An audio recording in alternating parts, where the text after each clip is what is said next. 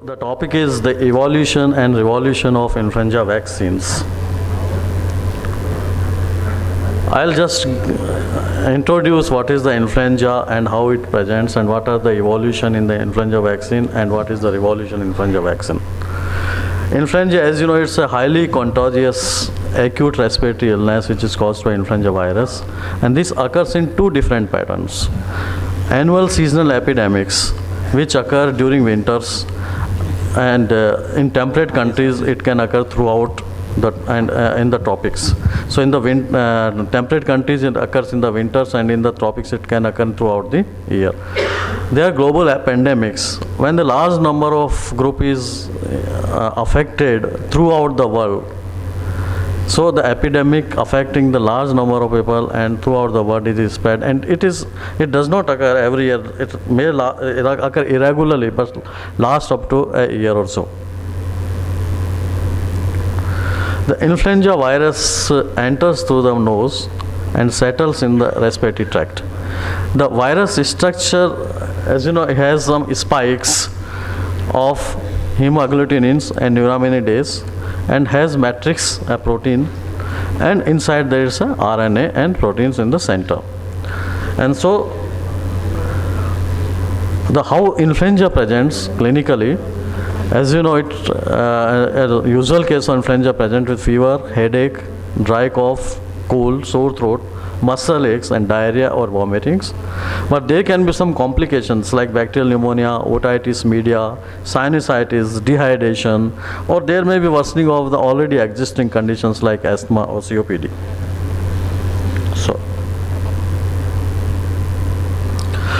But most of the patients of influenza, they are able to recover at home, but there are certain patients get worse condition, and there are certain warning signs like difficulty in breathing or shortness of breath, pain or pressure in the chest or abdomen, sudden dizziness, confusion, severe or persistent vomiting, and flu-like symptoms. Those improve, but then they return back and patients get again fever and cough.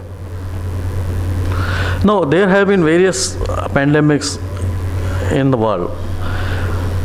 The most dangerous pandemic was this pandemic which occurred in 1918, the Spanish flu.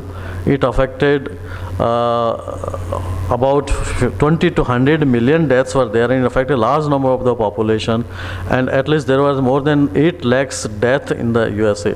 The people got up in the morning, they were fine, and by night a lot of people were died. So the virus appeared, the flu appeared very quickly.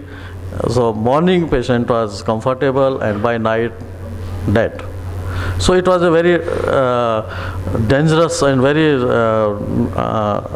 bad situation that time, and the various pandemics occurred after that in 1957, 1968, 1977, and the recent pandemics of the swine flu pandemic that occurred in 2009 and lasted for a year up to 2010.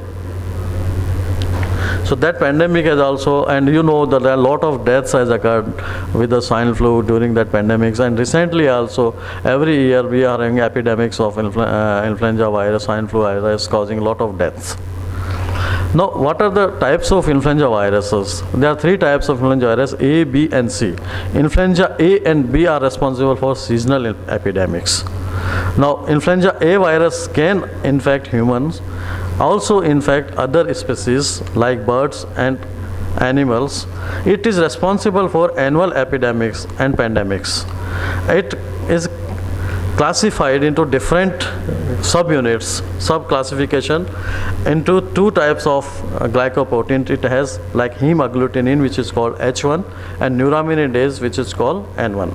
So infection of any of these viruses, the protein, the body responds to both these proteins H1 and N1, either vaccine or it is virus, the body responds to both the proteins. Now the virus, influenza virus B, infects humans only. It does not affect other species. So it is not medically that important. It is not a serious condition. It's a common flu which is occurring day to day in epidemics. It is responsible for annual epidemics and but not pandemics, and classified into again two categories or two strains are there. One is Yamagata strains and Victoria strains. So both the lineages are often infect together. There's virus, influenza virus C, which produces mild respiratory illness and usually medically not important for the disease point of view. So if you compare the type 1 and type A and type B influenza, so type A influenza causes epidemics and type B influenza causes epidemics. Type A influenza is a serious condition and can affect other species also along with the humans. So who should receive seasonal influenza vaccines? There are international recommendations by CDC that routine annual influenza vaccination is recommended for all healthy persons is more than 6 months. But WHO recommends the people at high risk of influenza-related complications should receive annual influenza vaccines, like adults with respiratory disease like asthma and COPD, adults who are having cardiovascular disease like CAD or heart failure, patients who are having diabetes or metabolic disease, patients of cancers, patients of chronic renal disease, patients of chronic liver disease, patients who are immunocompromised, pregnant ladies, and children from 6 months to 59 months. So the other recommendations other than the people who are transmitting influenza to those at high risk of complications means you are you are carrying the influenza virus, infected, you are not suffering from the disease but you are carrying the influenza virus, and you can transmit the person who are having high risk of getting the infections. These persons who can transmit are the healthcare workers. They may not be suffering from the disease but they are carrying virus, so they can infect the immunocompromised patients whom they are treating. So the healthcare workers should get vaccinated both to prevent sickness and to prevent spread to the patients. Women at all ages of pregnancy, all stages of the pregnancy, whether it is first, second or third trimester, any trimester can be vaccinated. Breastfeeding mothers and household contacts of persons of high risk groups. Now there are certain Indian recommendations also. There were international recommendations by WHO and CDC. There are Indian recommendations like Geriatric Society of India says that all elderly persons should be vaccinated. The Obstetric and Gynecological Society of India says that all pregnant females beyond 26 weeks should get these vaccines. There are recommendations of Ministry of Health and Family Affairs that all healthcare workers should be vaccinated. And there are recommendations for Indian Academy of Pediatrics that all children with risk factors should be vaccinated, and where vaccine is desired or requested by parents, those children should be definitely vaccinated. Now, who should not get vaccinated? Anyone who has previously experienced severe lower respiratory infections symptoms within 24 hours of vaccination. The previous vaccination, if the patient had suffered, or anyone who is allergic to any component of the vaccine, or anyone who had a serious reaction to previous vaccine, or anyone who had developed ocular respiratory syndrome with the with lower respiratory tract syndromes in the previous vaccination, anyone who developed history of or having history of Guillain-Barré syndrome within 6 weeks of last year influenza vaccine, and anyone with serious acute illness, and person who are having allergies to egg should not get flu shots. These are the egg vaccines. Now, what are the benefits of influenza vaccine? The seasonal influenza vaccine can reduce the likelihood of development of influenza illness by requiring a medical visit, reducing the medical visit by 60%. Also reduce if the person suffers from the influenza, the severity of disease is also low. it reduces the likelihood of the transmitting the infections to others also. So influenza vaccine also reduces the risk of influenza-related pneumonias, influenza-related hospitalization, and influenza-related death by 75 to 80% of patients. Now, what is the evolution of influenza virus? So how it has been evaluated since the evolution or since the discovery of influenza virus in 1938. Soon after the virus A was isolated, the first inactivated monovalent influenza A vaccines were introduced in 1938. So 1933, the virus was isolated, influenza A virus isolated, and after 5 years, this monovalent vaccines was developed.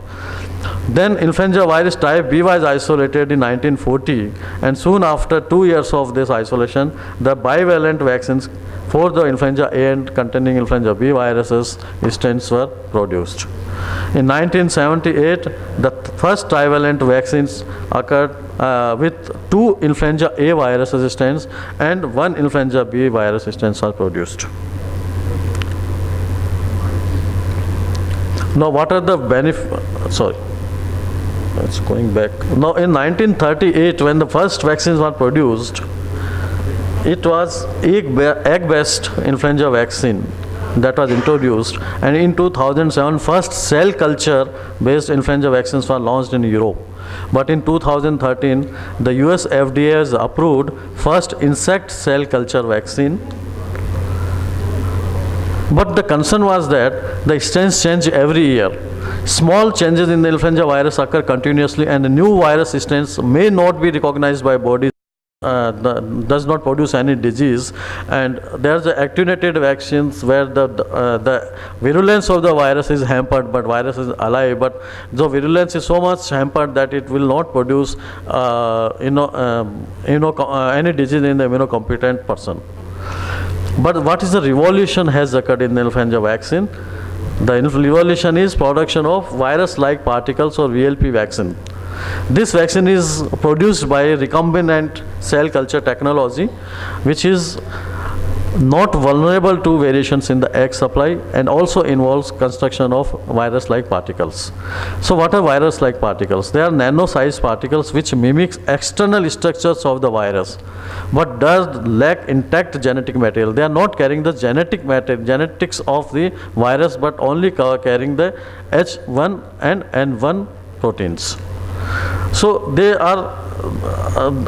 prove more rapid adaptability to providing new strains than egg-based vaccines, and it's a proven technology. VLP-based hepatitis B and HBV vaccines are already commercialized available in the market, and they are very successful. And then now the VLP vaccine is now coming for the swine flu or influenza. So how the VLP are constructed? First of all, the genetic sequences encoding of the vaccine antigen is selected, and then it is synthesized. Then this gene is cloned into the baculovirus, and this baculovirus infects the insect cells, and these VLPs are bud from these cell membranes, and which the VLPs are taken from the cell membranes and concentrated and purified. So the VLP mimics influenza viruses, similar influenza virus, except it does not contain the genetic material of influenza virus. It contains both the proteins H1 and N1 protein, so it will create the same type of the response as the created by the virus, except the symptoms and clinical disease. So advantage is that the VLP can be designed to match the individual viral strains, more rapid production than the egg-based vaccines. The time from the strain selection to produce release is 10 to 12 weeks. Only it can be produced very fast. Once you know the strains, if the strains changes very fast, the vaccine is available very fast. So ensure reliable vaccines availability and less labor intensive. So how it is available? It is available in 0.5 ml single dose vial, and it consisting of all the 3 strains H1, N1, S3, N2 and type B strain. Now, what is the mechanism of action of VLP vaccines? The VLP vaccine is immunologically important proteins. It contains immunologically important proteins, the hemagglutinin H1, which induces neutralizing antibodies and so prevents infections. Neuraminidase antibodies induces neutralizing antibodies that reduces the disease severity. And matrix protein, M1 proteins, that potentiate to stimulate the cell-mediated immunity. So all the three mechanisms are there in the virus also and all the in the vaccine also, except the vaccine does not contain the genetic material and the virulence is not, it is not virulent to the body. So immunogenicity of the vaccine was evaluated in a study in 450 healthy Indian adults, and 0.5 ml was administered intramuscularly in these 450 individuals, and 300 of the person were given vaccines, real vaccines, and 50% of these 150 were given placebo.